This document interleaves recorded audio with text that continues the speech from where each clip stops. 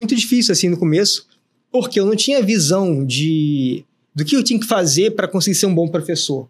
Se hoje não se fala, imagine lá naquela época. Nossa.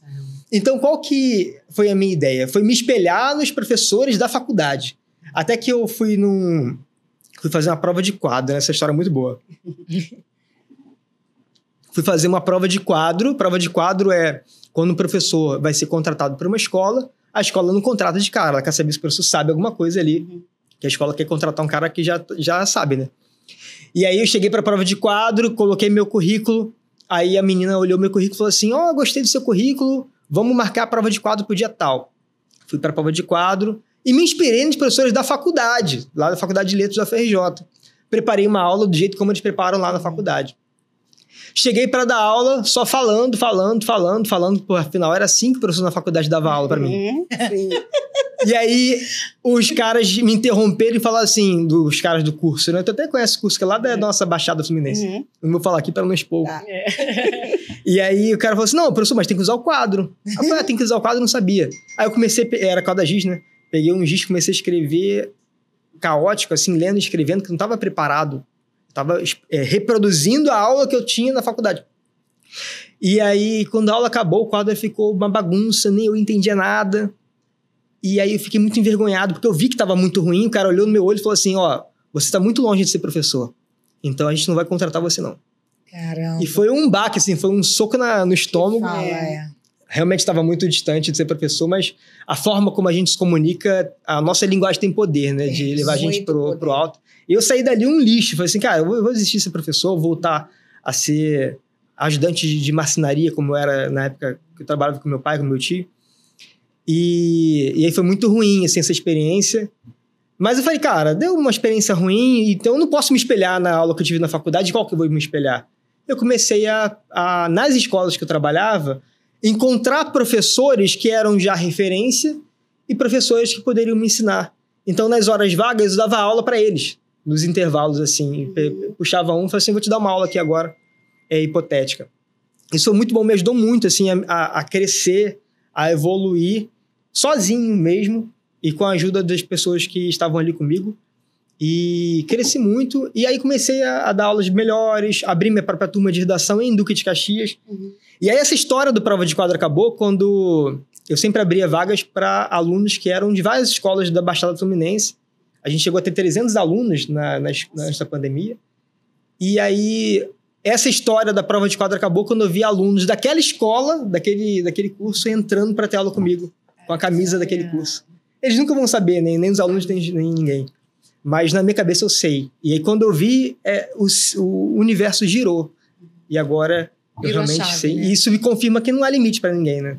O céu é o limite. Você poderia ter ido lá para a marcenaria, né? Seu pai, do seu Exatamente. tio, mas você preferiu... Por conta de uma palavra, né? Você optou por avançar, né? Tem que ter muito cuidado com as palavras. Você que é pai, mãe, você que é um professor, cuidado com as palavras, porque as palavras têm poder. Tanto para elevar como para destruir. E a atitude, né? A atitude também de você pegar aquela situação que não foi favorável e torná-la favorável. Ressignificar, isso aí. E o problema é assim, que o professor, ele naturalmente, ele tem vergonha de mostrar a fragilidade. Sim. E até difícil ouvir alguém falando isso, porque o fato de você não querer mostrar fragilidade impede que você fale que você tem dificuldade de mostrar fragilidade. E eu tinha essa vergonha de mostrar fragilidade em sala de aula, porque eu achava que me classificariam como professor ruim, inferior, incapacitado. E isso foi muito fruto de evolução particular mesmo. Tanto que hoje, na minha formação de professores, eu falo, olha, você tem limitações, todo mundo tem limitações, não se envergonhe. É óbvio que você não vai ficar abrindo suas limitações para quem você não confia, mas tenha um lugar, uma rede de apoio que você possa colocar ali suas dificuldades e que você saiba que não vai ter outro professor te julgando, te colocando para baixo e sim te colocando para cima.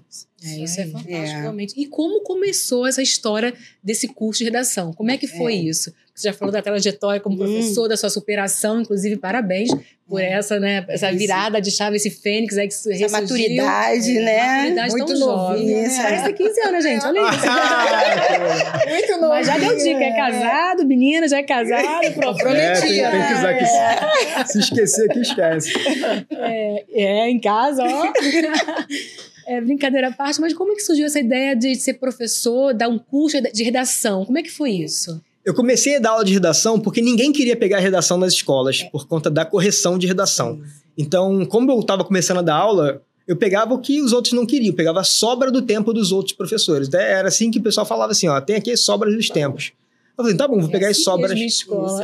Os professores mais antigos pegavam as turmas melhores, as cargas horárias que estavam ali todas fechadas. E eu pegava as turmas que ninguém queria pegar, as matérias que ninguém queria pegar e os tempos picotados. Cheguei a dar aula, 7 da manhã e depois 11h30, numa mesma escola. E a maioria das escolas não paga por esse intervalo que você fica ali ocioso, né? E aí, nas escolas, como eu pegava a redação que ninguém queria, eu comecei por único, não foi uma escolha intencional, foi uma coisa do acaso, eu comecei a dar aula ali para os alunos, só que eu não sabia dar aula de redação, porque na faculdade eu não aprendi. Então, eu comecei a ver como é que eu poderia dar aulas melhores aí para os alunos. Eu comecei eu mesmo tentar buscar material, tentar buscar coisa na internet. Na época não tinha YouTube como tem hoje, tão disseminado. E aí eu comecei a preparar minhas aulas e os alunos começaram a ter alguns resultados, porque eu realmente queria que eles se motivassem ali. E aí teve um dia que eu falei com eles assim, vou fazer o Enem junto com vocês para ver quanto que eu vou tirar. E aí eles falaram assim, profinho, se você tirar, se você for fazer redação, tu vai tirar 1.000? Eu falei, não sei, vou lá fazer a redação. Olha o desafio aí. E aí fui fazer a redação do Enem e tirei uma nota ruim, perdi ponto em todas as competências, foi um fracasso, foi um fiasco.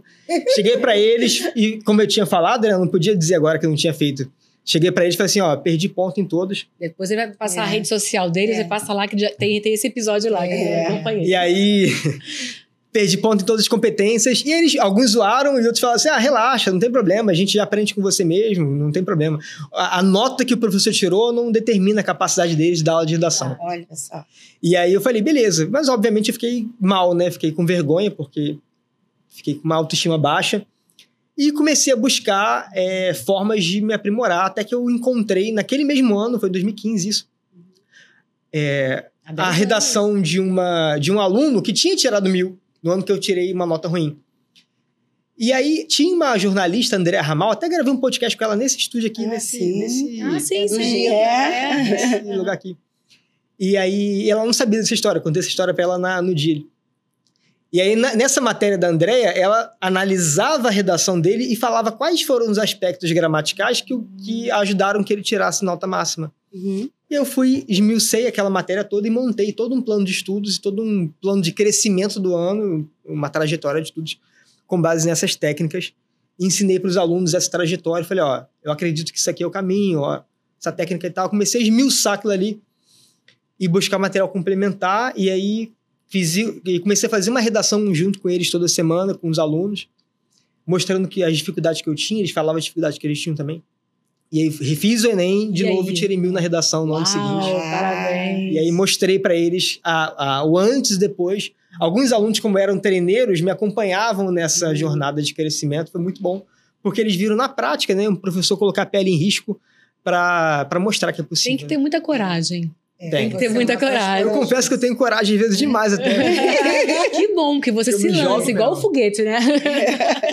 Aí. Se lança. Parabéns.